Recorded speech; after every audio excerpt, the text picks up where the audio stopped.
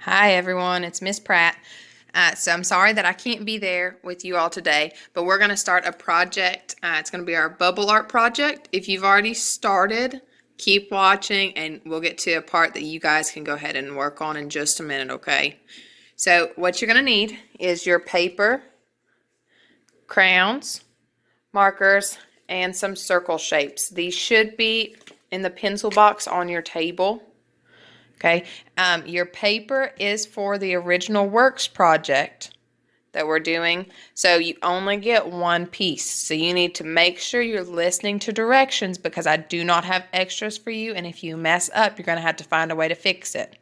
Okay, so the first thing you need to do, like always, is go ahead and put your name on your paper. Put your name and your teacher's name. So I'll give you a minute. Go ahead and do that on the back. Write it lightly in case you need to flip over to the back and write it there, okay?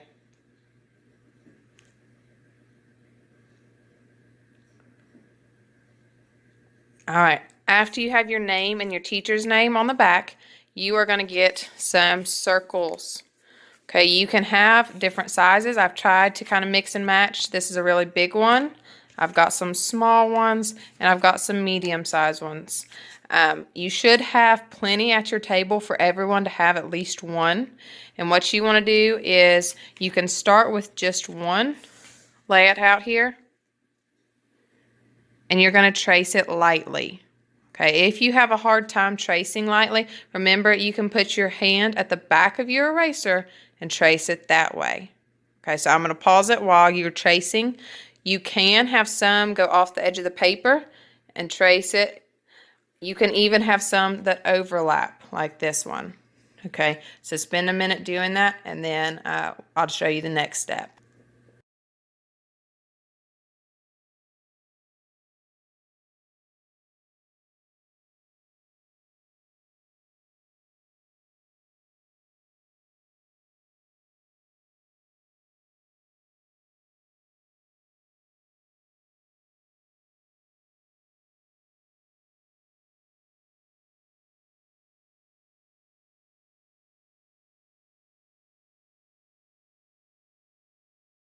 I did mine a little darker so that you can make sure that you see them and you see what you can do. So here's an example of two that overlap. So if you see they touch each other here, that's okay. Make sure you draw it. I have some that go off the edge of the page, so they go off the border of the page. That's okay too. Your next step is you're going to pick out some colors that you're going to do the background. Now your background is just with your crayons, okay? It should not be with your markers. The background is just with the crown. So your background is everything around the bubbles. It's not the bubbles. So I think I'm going to do my bubbles in blue, green, and purple. So I'm probably going to do some reds and maybe pinks for the background. So I want you to spend some time coloring your background, make it look really nice, and then we'll move on to the next step.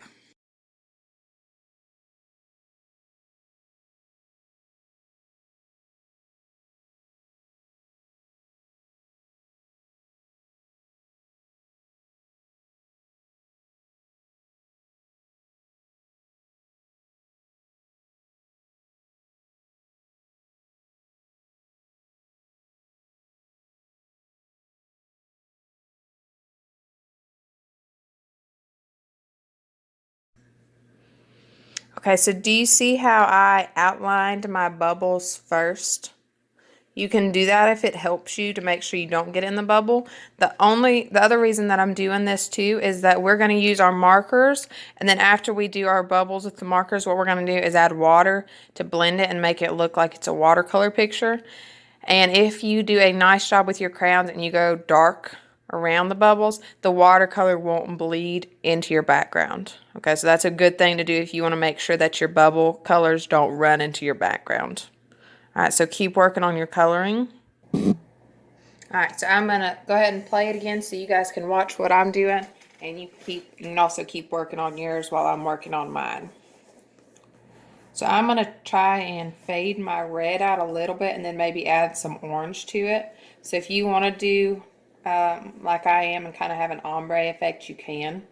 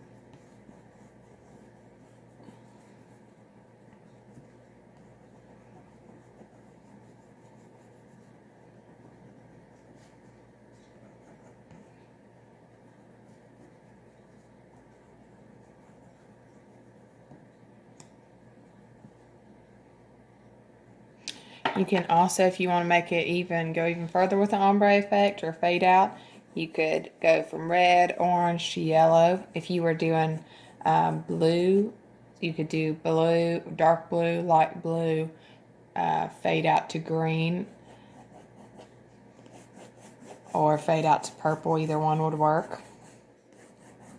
And I'm probably not going to fill in all of my background, but I do want you all to fill in most of yours. Okay. The next step that we are going to do is we are going to make a light spot on each bubble. And a light spot is something that you see on items when they're in places of lightness and darkness. So basically, almost everything has a light spot or a dark spot on it. And they're really important when you're drawing to make things look three-dimensional. So a light spot's kind of like one of our vocabulary words that we're going over this week. And your light spot is going to be on your bubbles. It's going to be on the same side on each of them. So it can be any shape you want to. I would probably do kind of a triangle shape. And I'm going to start right here on this big one.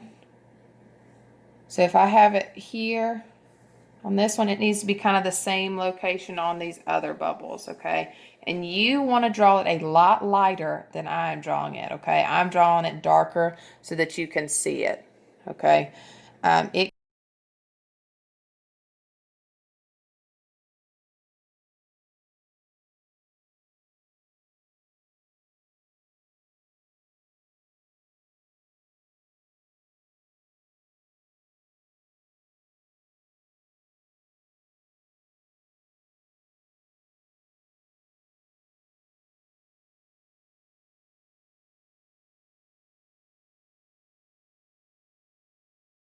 And the next thing I'm going to do is I'm going to get my marker and I'm going to go over those spots, okay? Your bubbles can be different colors or they can all be the same color. If I really liked this blue, I could make all my bubbles blue. Okay, but I'm going to switch it up. I like different colored ones. So I'm going to have some dark blue and some light blue.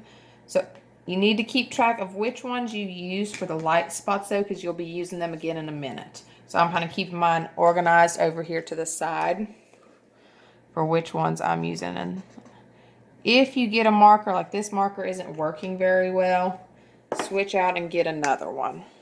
Okay. And I know a lot of our markers kind of fade in and out. So sometimes if you go over it a few times like I just did, it'll come back a little bit. But if it's not working, pick another one. So I've got some blues and greens. Now I'm going to have a purple one. I'm going over that light spot.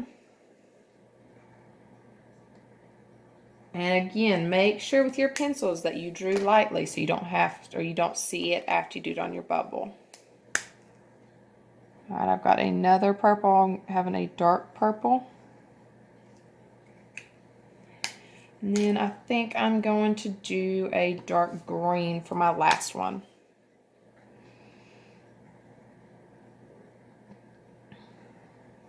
All right, now I'm going to show you one of the last few steps on how to make our bubble actually look three-dimensional. So I'm going to start out with the green one since it's the biggest. What you're going to do is you are going to go around and outline your bubble. Now, do you see how thin that line is? You can't hardly see it. That's what you want to start with. And then we'll go back and I'll show you where you're going to thicken it up. But you're going to draw very carefully along your pencil lines, okay?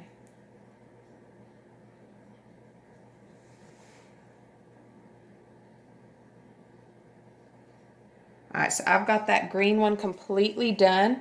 What I want to do next is I want to go back and thicken up one side, or like one half of the paper, or one half of that bubble. So I'm probably not going to thicken up the side where that light spot is. I might go over here to the left of it.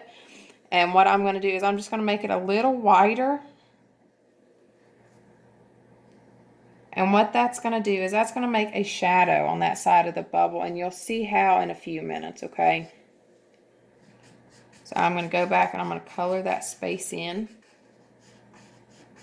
Do you see how I'm kind of narrowing that back out?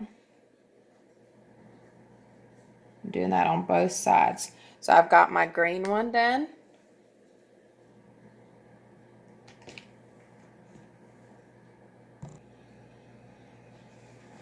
Alright guys, so I have all of my bubbles finished except for my light purple one. So I'm going to finish that really quick, and I hope you're finishing up yours. Remember, I'm going all the way through the ones that overlap so that you'll be able to see underneath. So it actually looks like a real bubble. And remember, if you want to darken those lines up, go over them again. And remember that one side needs to be thicker so that it looks like a shadow. So basically, like I talked about earlier, with three-dimensional objects, when you're trying to make artwork that looks like it's three-dimensional, normally you have a light spot and a dark spot, or a dark side to make a shadow. So our light spot is this kind of triangular shape, and then our dark side is a side where the line's thicker. You can even add like a shadow underneath your bubble. So if you wanted to go back and add maybe on this side that's darker, do your lines a little bit thicker, a little bit darker, you could do that all the way around. That's totally up to you.